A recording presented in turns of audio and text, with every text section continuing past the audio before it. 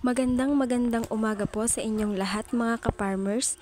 Ito po muli ang inyong lingkod, anak ng magsasaka. Ito pong ginagawa po namin ngayong araw ay namumulot po ng kamote. At si tatay naman po ay nag-aararo para mabungkal ang lupa at makita po namin sa ibabaw ang mga kamoteng umiibabaw kapag nabungkal po ito, kasi yun po ang pamamaraan para mapadali po ang trabaho. Ang mapupulot po namin ngayong umaga ay titinurin po mamayang hapon. At sa madaling araw naman ay i-deliver ito sa bayan. Dito po mga ka-farmers ay pinapakita ko lamang po sa inyo kung gaano kakinis ang kamote.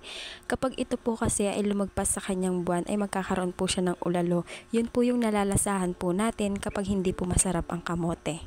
Kapag wala naman pong nalalasahan ay yun po ay talagang sakto sa buwan. Ang size po ng kamote namin ngayon ay medium lamang karamihan, pero meron din pong marami na good. Katulad po niyan, good po yung size na yan. Kasi po kapag sumobra po sa buwan ay magkakaroon naman po siya ng ulalo, kaya kahit na maliit siya ay kailangan na rin namin pong i-harvest. Kumbaga po ay nakatansya rin po ang pagkakamote. Hindi lamang po ito kailangan patagalin ng 4 na buwan, kundi 3 buwan or 2 buwan, depende po sa laki ng kamote na makukuha nyo, or kahit testingin yung hukayin man lang. Mga ka-farmers, ang inaararo po lamang ni tatay ngayon ay 10 plat lamang, sapagkat dalawa lang naman po kaming namumulot dahil isa lang rin naman po ang nag-aararo, dahil hindi po kaya ng powers at kailangan din po na naka-maintain din po at sila sa init, kasi sobrang init po ng panahon ngayon mga ka-farmers. Kaya 10 plat lamang po ang kanyang inaararo ngayon, dahil sa mga susunod na araw ay aararuhin naman po ito para hindi naman po masayang. Ito po yung mga napulot namin ngayong umaga. Ayan po, medyo hindi pa po tapos dyan ang paghuhukay, dahil papaliguan pa ni tatay, papalublob niya pa po sa tubig yung kalabaw dahil sobrang init. Ganun po ang pag-aalaga rin po ng kalabaw. Kailangan ingatan po natin at mahalin po natin ang mga alaga natin hayop, at lalong-lalo na at nakakatulong po ito sa ating buhay or sa pamumuhay po natin dito sa probinsya. Ayan po mga ka-farmers, magsisimula po muli si tatay maghukay ng kamote at aararuhin niya na po yung aking pupulutan. Kasi po dahil nilublob po yung kalabaw sa tubig para naman po maginhawaan sa init. Dito po mga ka-farmers ay nagsisimula na po ulit akong mamulot ng kamote. Pagpasensyahan nyo na po at wala po ako mapaglagyan ng aking cellphone. Kaya ayan po, makikita nyo naman po na nagpupulot na po ako ng kamote. Sa gaway po niyan medyo konti lamang po. Pero po dun po sa baba ay meron pong mga malalaki. Advice lamang po sa nagkakamote or sa magsisimula pa lang po magkamote. Kailangan po pag magkakamote po kayo ng ganito kaluwang ay dapat ay tag-ulan, kasi po dun po ay maraming talbos at malalaki ang laman. Doon nyo po makikita na ang kamote po kasi ay dapat sagana sa tubig, hindi po sa ganitong araw na mainit. Lalo na hirap din po ang tubig sa amin, at ang tinatawag po nila doon ay tornohan. Yun po ay binabayaran din po namin. Kapag sa mga ganitong panahon po kasi mga ka-farmers na tag-init ay hindi po siya magkakaroon ng maraming talbos. At hindi rin po gaanong lalaki ang laman ng kamote. Kaya makikita nyo po dito mga ka-farmers, halos lahat po ng napupulot po namin ay medium lamang. Kasi nga po ay tag-araw po ngayong panahon, March.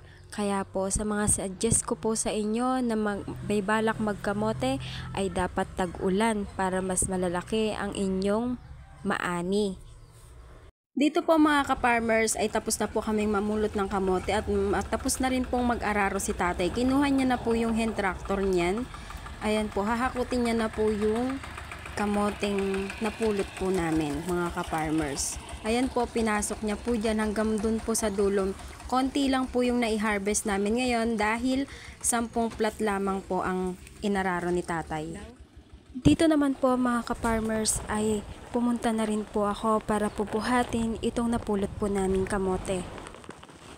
Para po sa pagbalik po ng hand tractor dito, papunta po dito, ay mailagay ko na lang rin po para hindi na rin po buhati ni tatay at mag-drive na lang po siya ng hand tractor. Po mga ka-farmers, papunta na po dito sa akin yung hand tractor para po mailagay ko na rin po itong bubuhatin ko pong kamote. Mga ka-farmers, ito pong bubuhatin ko pong kamote ay magaan lamang po, hindi naman po siya sobrang bigat, basta po kaya po ng powers ko. Sumakay pa ako sa likod dyan, akala ko naman sobrang dali kasi nga matagal-tagal na rin hindi nakakasakay ng hand tractor. Ayan po yung sprayer, lagi pong nandyan. At ayan din po, dali-dali rin po akong bumaba at bubuhatin rin po yan. Medyo magaan din naman po at kayang-kaya pa rin naman po, pero may part na mabigat kasi syempre pagod na.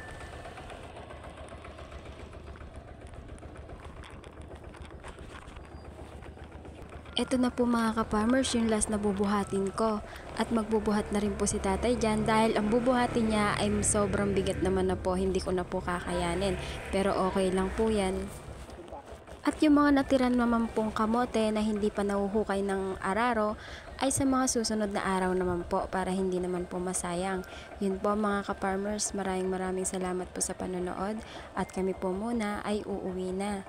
Ayan po, binuhat na ni tatay, di ba po, parang talagang hindi ko rin talaga kakayanin kasi nasa kilo din po yan ay 30 kilos. Nakapitong bundle nga po pala kami dyan mga ka-farmers, di ba po, kahit na ganyan lang kakaunti ay marami-rami na rin, basta mabigat-bigat din siya at makilo.